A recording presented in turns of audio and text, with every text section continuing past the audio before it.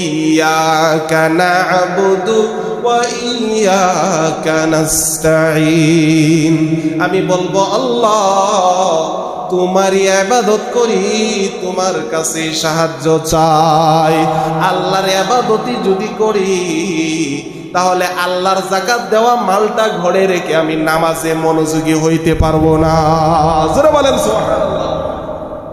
বিশ্বনবী এবার যাকাত আদায় করে এরপরে সে নামাজ শেষ করলেন। সুবহানাল্লাহ। মুহাম্মদুর রাসূলুল্লাহ সাল্লাল্লাহু আলাইহি সাল্লাম মসজিদে নববীর ভিতরে জামাতে দাঁড়ায়া যাবেন। যাই নামাজে দাঁড়ায় গেছে, পিছন থেকে একামত হইতেছে। একামত, আল্লাহু আকবার আল্লাহু আকবার বলে একামত শেষ করলেন। বিশ্বনবী নামাজের ভিতরে সাহাবায়ে কেরামকে দাঁড় করায়া এই দাঁড়ানো অবস্থায় বিশ্বনবী নামাজের যাই নামাজ থেকে বাহির হয়ে চলে গেলেন। সুবহানাল্লাহ। নবীজি শিক্ষা দিতেছেন। অনেক সময় পরে বিশ্বনবী আবার মসজিদে নববীতে হাজিরা দিলেন। এবার আল্লাহু আকবার বলে নামাজে দাঁড়ায় গেলেন।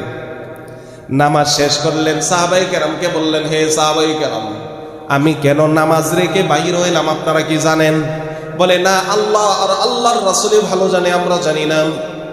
বিশ্বনবী বলেন, আমি নামাজে আসার আগে আমার ঘরের ভিতরে একটা স্বর্ণের টুকরা একজনে আমাকে হাদিয়া দিয়েছিল। হাদিয়া, সুবহানাল্লাহ বলেন।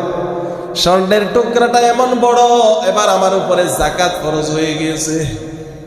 এত বড় স্বর্ণের টুকরা ঘরের ভিতরে আমার বালিশের নিচে আমি রেখেছি।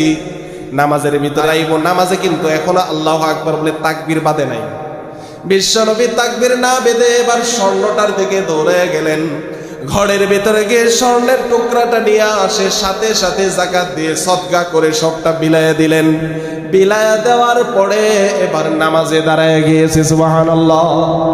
বিশ্বনবী বলেন, আমি যখন নামাজে দাঁড়ায় যাই, আল্লাহর সাথে যখন কথোপকথন হবে, কথা হবে, ইয়াকা না'বুদু ওয়া ইয়াকা নাস্তাঈন, আমি বলবো আল্লাহ তোমারই ইবাদত করি, তোমার কাছে সাহায্য চাই।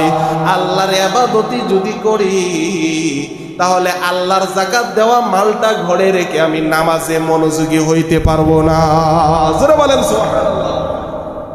বিশ্বনবী এবার যাকাত আদায় করে এরপরে সে নামাজ শেষ করলেন। সুবহানাল্লাহ।